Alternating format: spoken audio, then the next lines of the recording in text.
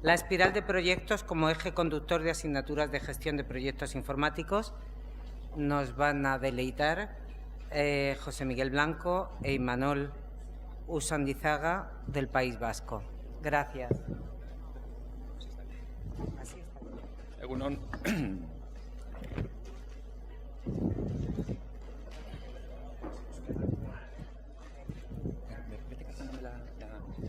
Bueno, mientras cargamos la presentación PowerPoint, pensábamos, cuando había que preparar esta presentación, que hasta cierto punto era un papelón. Entre otras cosas, por tres razones. La primera es que nos habíamos leído el artículo, que no sé si somos los únicos por razones obvias o por el interés previo. Así que, en ese sentido, no has conseguido el objetivo porque ya lo habías conseguido antes en nuestro caso. Y sí que hay un problema con esto, y es ¿qué consigues con una presentación cuando alguien ya se ha leído el documento? Y esto es otro tipo de planteamiento que tiene que ver con la asignatura que vamos a hacer nosotros. Nosotros intentamos que los estudiantes lean antes de que nosotros les contemos nada, de forma que la clase tenga más que ver con un diálogo que con una exposición convencional. Eso por un lado. Por otro lado, cuando se trataba de decirnos los recursos que necesitábamos, pues pensamos en pedir pizarra. Pero el local no se daba a la circunstancia. ¿Por qué? Pues porque para lo que queríamos contar venía mejor la pizarra, no por hacer algo distinto. Y en tercer lugar, por una anécdota personal que, como hacen los comunicadores, yo la suelto. Y dirás, está consumiendo tiempo, pero tiene que ver con una anécdota personal. Recientemente a mi hija ha terminado el grado, es una buena estudiante, muy buena estudiante, y cuando empezó en primero, un día yo le estaba viendo estudiar. Ella escribe, ella lee, y de repente vi cómo estaba estudiando. Era el final del primer cuatrimestre de su primer curso, no voy a decir la carrera ni el lugar. Y lo que vi que estaba estudiando era colecciones de diapositivas. Mi hija, con una educación excelente, propia de la que le habíamos dado sus padres para empezar, y la del resto del sistema público de enseñanza, que le había dotado un montón de recursos, se encontraba estudiando un montón de diapositivas, sobre las que eventualmente había notado algo porque ella era buena estudiante. Entonces yo le dije, hija, tienes aquí los libros.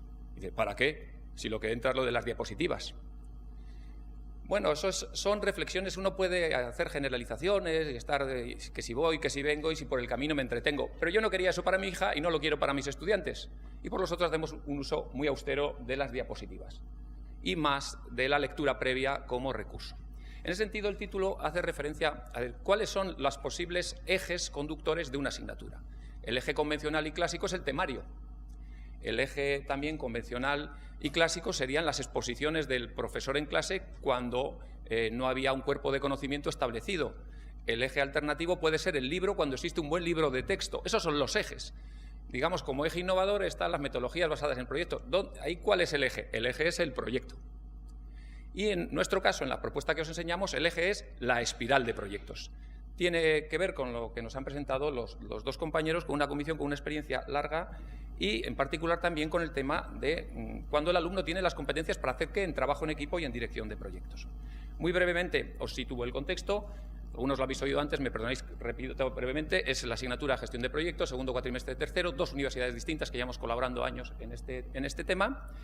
Y esto es la esencia de la propuesta docente, el eje de la asignatura, es la espiral de proyectos. El curso se desarrolla alineado con 4 proyectos que se desarrollan progresivamente. P1, P2, P3, P4, es bastante fácil la nomenclatura. El primer proyecto, las 2 primeras semanas de curso, el segundo proyecto, las 2 siguientes. Un parón de 1 semana, tercer proyecto 3 semanas y el proyecto más grande es el último 5, 6 semanas.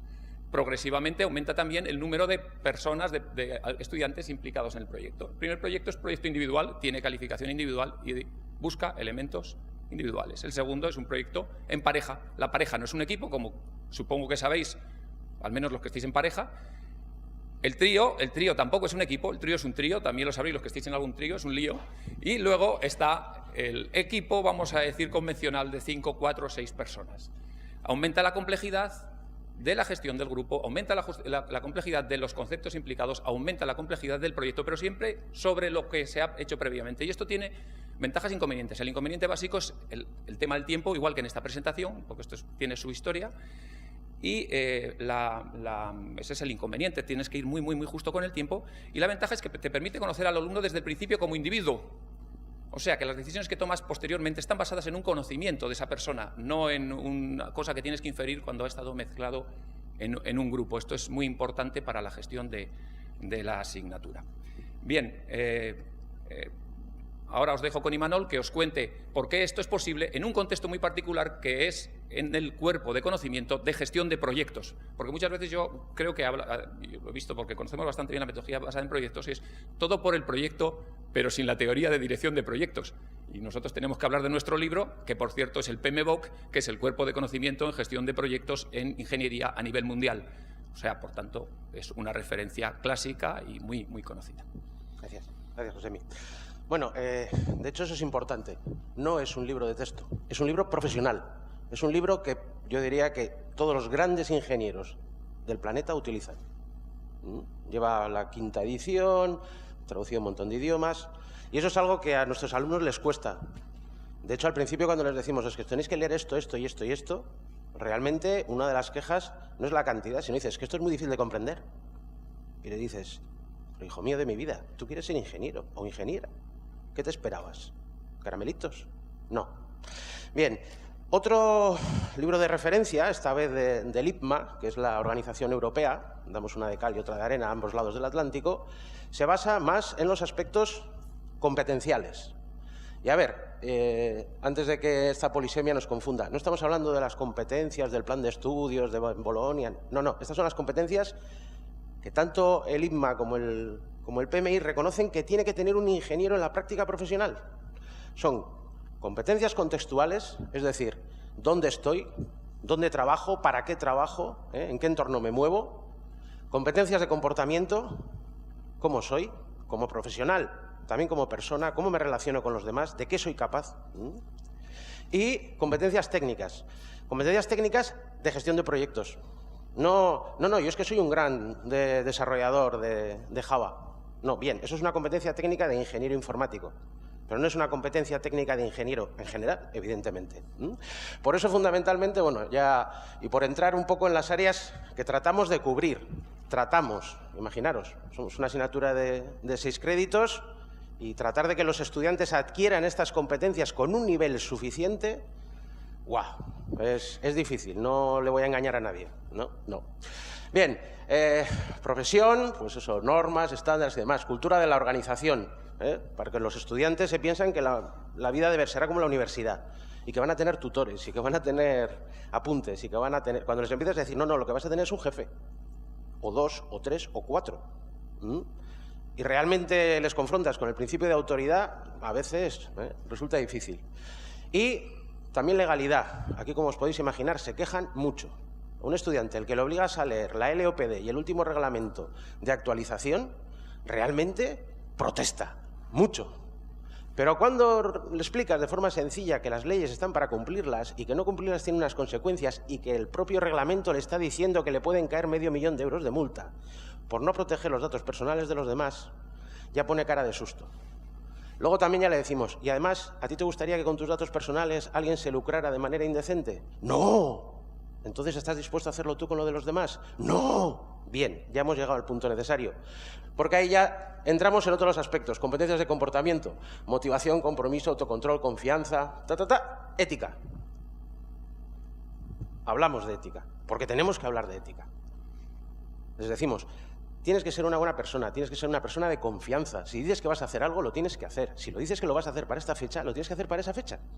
Porque si no, no vas a ser capaz de trabajar en equipo. Ya veis que estoy saltando de una competencia a otra, sí, en una espiral curiosa. Trabajo en equipo, pero también comunicación dentro del propio equipo y con los interesados. Porque entonces les descubres y les dices, no, y vamos a ver, que vas a conocer a una persona maravillosa que es el cliente. Y les damos varias citas.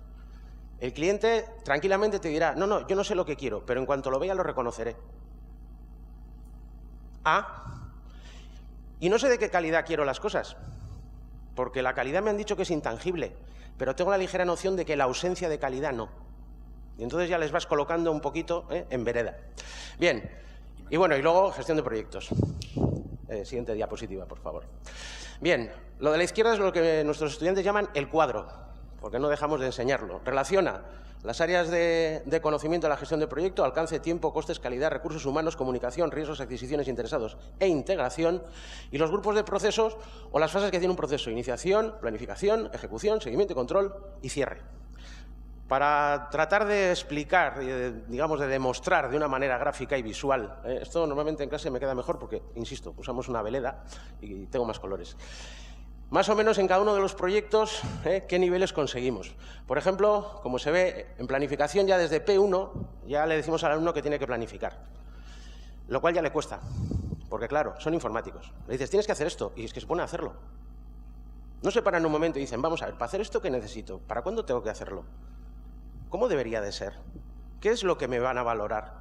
No, no paran, lo hacen. Claro, cuando ya coges y le dices, malo, esto está mal. Y dices, ¿pero por qué? Porque no has planificado. Ah, había que planificar. Y dices, hombre, y Manol, mujer. Perdón. La fase de cierre. Ah, bien. Bueno, seguimos con ejecución, seguimiento y control y cierre. Y esta es la otra visión. Aquí cogemos las 10 áreas. Alcance, tiempo, costes, calidad, riesgo, recursos humanos, comunicación, adquisiciones, interesados e integración.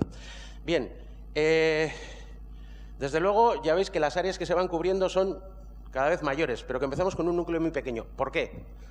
Porque realmente esto de la gestión de proyectos es muy complicado. A mí me costó un tiempo importante situarme y todavía estoy aprendiendo. Entonces, de primeras, y a ver, y es por eso, precisamente por eso por lo que entramos en la espiral, es porque dices, no, le voy a poner al alumno a hacer un proyecto y además en equipo. Y además tiene que gestionar el asunto y tiene que salir algo bueno. Y te quedas así y dices, un momento, pero si la mitad de la profesión de este país no es capaz de hacer eso. ¿Y se lo voy a pedir a mis estudiantes? Y Manol, y una de las cosas que no sabemos hacer los profesores habitualmente es limitarnos al tiempo que tenemos. ¿Ya me lo he comido? Sí. Dios mío. Y, de hecho, es, como os decía, el principio de la dificultad de este planteamiento de asignatura. Es ajustarnos a un cuatrimestre de 15 semanas. Eso te obliga a renunciar a muchas cosas, como a nosotros en esta presentación. Termino con el principio. La espiral de proyectos es el eje. Esa es la idea que os queríamos transmitir. Es el eje igual que en otras es el libro, en otras el proyecto. Es una situación donde incrementalmente y progresivamente se van en ciclos PDCA, donde la clave es la A, donde A no se traduce ni como ajustar ni como actuar, como suele traducir, sino como aprender. El alumno va aprendiendo de lo que ha hecho en otros proyectos, lo aplica en el siguiente. Nosotros, para terminar, no utilizaríamos la metáfora ni de llenar el cubo, ni de encender el candil, sino una que es mucho más ingenieril y es apretar los tornillos. La espiral te ayuda a que lo que primero has contado, lo de la planificación, lo profundices. Al final es con lo que se quedan. Y las otras cosas que has tocado en proyectos posteriores queda pues a un nivel más superficial. Es teoría de gestión que utilizarán en toda su vida profesional. Nosotros llegamos hasta donde hasta donde podemos llegar, como en esta presentación. Muchísimas gracias por vuestra atención.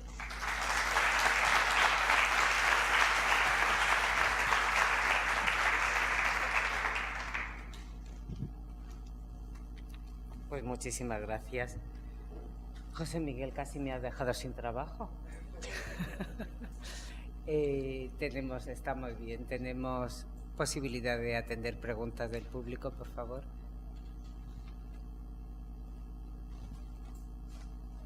Gracias, Guti.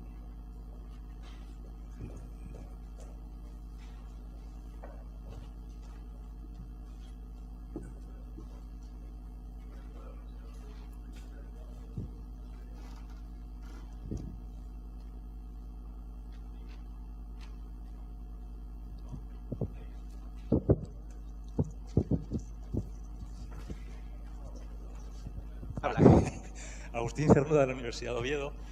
Este tipo de organizaciones, digamos, de la asignatura, me suenan a muy absorbentes. Quería saber qué tal es la experiencia, si hay quejas de los alumnos respecto a que les lleva mucho tiempo, a que solo se dedican a esto y tal.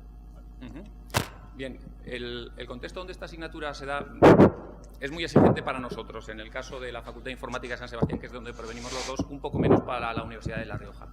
Es la única asignatura obligatoria de segundo cuatrimestre y, digamos, el alumno que está en tercero puede estar en 3 especialidades.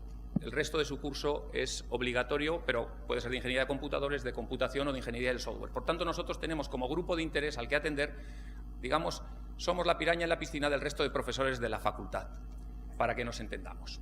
Entonces, nosotros desde el principio hemos tenido muy claro que tenemos que poder avalar con datos que nuestros alumnos se podrán quejar. Eso es... Yo también me quejo de que me pagan poco y me pagan bastante bien, pero ¿qué quieres que te diga? Que se quejen dentro de lo que no me preocupa. Si la queja, yo puedo responder con transparencia y claridad. Nosotros tenemos un marco horario, una distribución que tiene que ser necesariamente homogénea a la asignatura, lo cumplimos estrictamente. Los alumnos trabajan, según ellos, mucho, según nosotros, de media 132 horas al curso, siendo la asignatura con diferencia en la que más trabajan.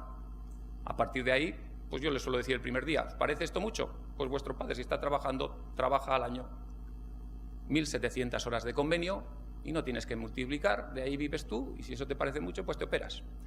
¿Qué quieres que te diga? El mayor problema no es con los alumnos, esto lo aceptan, lo entienden, los alumnos lo entienden bien. El problema lo tienes con los compañeros, porque inmediatamente te dicen, es que trabajan en la tuya y no en la mía, pues hazles trabajar. Si los sistemas se equilibran, ¿es el problema? Sí, es así. ¿Es exigente? Sí, es así. No hay ninguna duda. Ahora es con datos lo que es. Con datos tasados que nosotros tenemos que poder presentar al decanato. Nosotros tenemos limitaciones de coordinación muy fuertes y tenemos que dar cuenta al decanato, a todo el mundo de lo que hay y además a los propios estudiantes que tienen todo el derecho del mundo a saber lo que trabajan y lo que no trabajan. ¿Hay desviaciones? Sí. Sí. Y algún día se puede incluso contar que no son precisamente los alumnos que obtienen más calificación ni los que mejor desempeño tienen los que más horas declaran a la asignatura. Si estáis trabajando alguno en esa línea, podemos compartir experiencia y datos porque tienen su potencial de hipótesis. Pero tienes razón, completamente de acuerdo. De todos modos, también nos hace trabajar mucho a nosotros. Diría el rector, mucho no, lo que tenéis que hacer.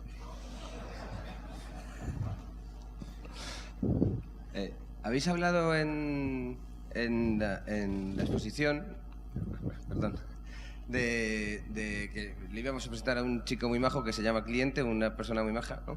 ¿Habéis pensado en alguna vuelta de espiral que efectivamente presentarle a un cliente no académico, del mundo real, un profesional de verdad o un cliente de un profesional de verdad? A ver, nosotros partíamos de una asignatura que es un enfoque relativamente clásico y que funciona muy bien en algunos contextos. Y en nuestra facultad funcionaba bien, hasta que dejó de funcionar bien. Y se creaban los equipos y el equipo tenía que buscar el cliente y luego dar solución al cliente. Mira, al final estos enfoques son muy dependientes de la capacidad de encontrar buenos clientes y sobre todo hace que el control académico sea nulo, porque los clientes tienden a empatizar de forma a veces absurda con el problema que ellos han creado y luego no se comprometen. Nosotros hemos buscado clientes reales, pero siempre en el ámbito de la universidad. Y luego una de las ventajas de la colaboración interuniversitaria es que nos permite a los profesores de una universidad ser clientes de los de la otra. ¿De acuerdo? No evaluamos. Hemos utilizado también al propio decanato de la facultad, otras instituciones de la propia universidad como clientes, porque se necesita, para que esto sea posible, clientes muy controlados. Si no, para un grupo, la importancia que tendría el cliente en el desempeño, en la evaluación y en todo sería ingestionable por nosotros. Por eso renunciamos a ese enfoque, pero sí queremos que hablen con personas de verdad que tienen problemas de verdad. De hecho, en este mismo curso, yo la mayor queja que he tenido de mis estudiantes es que en P4 teníamos el cliente principal, que estaba ahí en Logroño, y luego el secundario aquí en la facultad, y había momentos que uno decía A y el otro decía B. ¿Qué hago? Y dices, gestión de interesados, capítulo 11. ¿Quién es el que tiene aquí la sartén por el mango? Logroño. A. Muchísimas gracias.